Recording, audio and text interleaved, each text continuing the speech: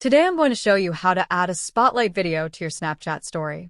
It's a fun way to share your favorite spotlight moments with your friends. Let's jump right in. First, open up the Snapchat app and look for the spotlight icon at the bottom of the screen. Go ahead and click on that to enter the spotlight section, where you can explore all the trending and creative videos. Now, scroll through the spotlight videos until you find one that you want to add to your story. Once you've selected a video, tap on it to view it in full screen. When you're ready, look for the send icon. That's your ticket to sharing. Click on the send icon and then you'll see options for how you want to share it. To keep this spotlight video, click on the download button. This will export the spotlight to your device, so you have it saved in your Snapchat album. Next, go back to your Snapchat album and navigate to your camera roll. Find the spotlight video you just downloaded. Once you select it, click on Send To. Finally, choose My Story from the list of options to add this spotlight video to your story.